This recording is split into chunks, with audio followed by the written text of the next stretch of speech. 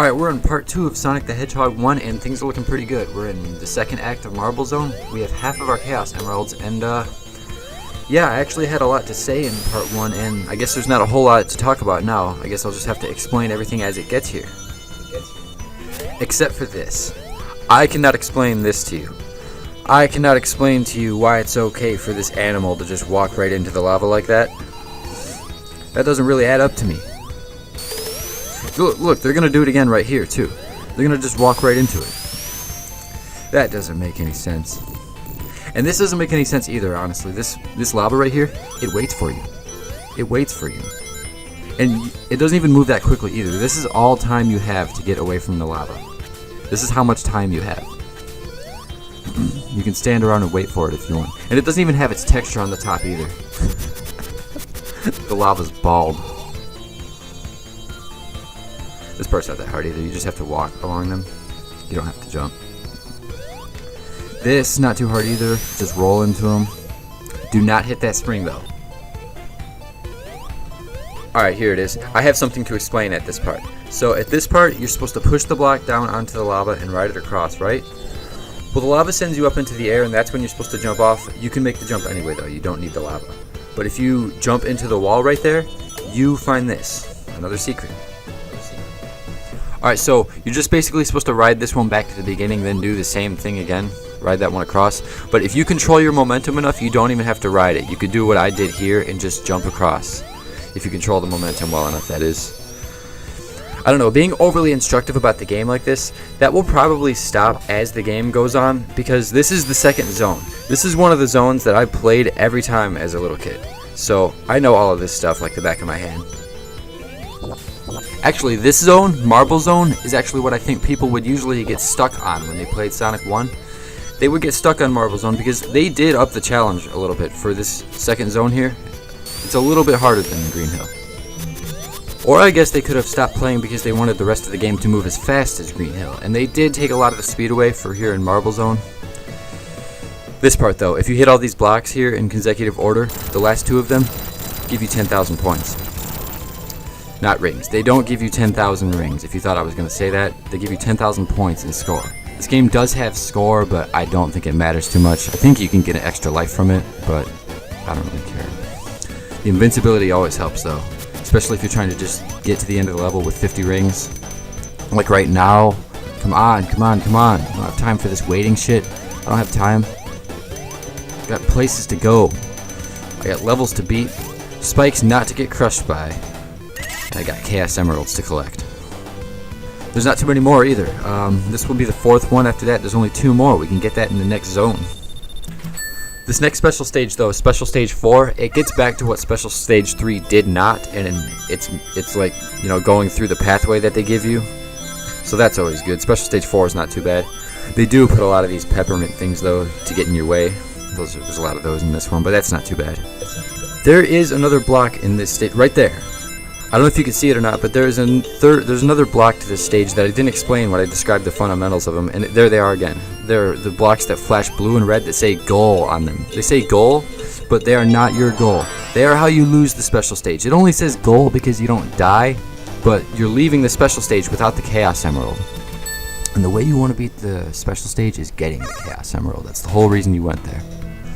Alright, so Marble Zone Act 3, again, awesome not having to worry about getting 50 rings by the end of the stage, because that shit could be a chore, right? You can just breeze through it without having to worry about getting hit at all. How nice. I actually don't know if I have been hit in this playthrough yet. I haven't been watching for that. I've been trying too hard to blast out all the information I possibly can as soon as possible, so I don't have to do it, you know, throughout the whole game. I don't know why I walk over here at this part. You know, I think it's because I think this switch is over there. Because over there is absolutely pointless. I don't know why they put that there. This part though, you ride the block that you pushed onto the lava again, but this time you can't do any fancy momentum jumping from platform to platform. No sir, it's not possible at this part. You can try it, but I'm not going to do that shit. I'm not about to get myself hit on camera. Fuck that. This part though, you do in fact need the lava for this part. Right here, lava sends you up, you're supposed to jump off.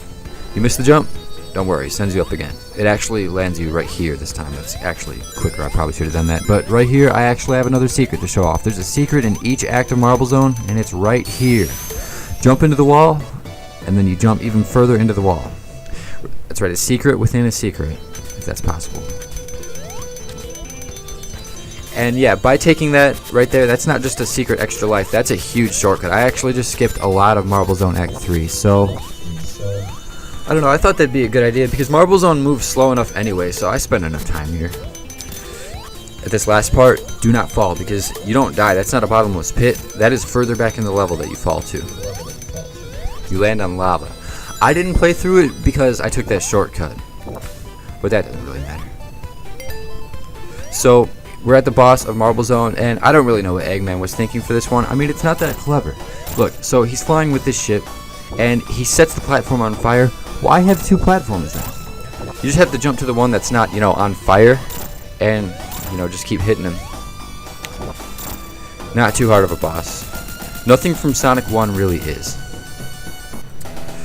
But there's Marble Zone, and we're moving on.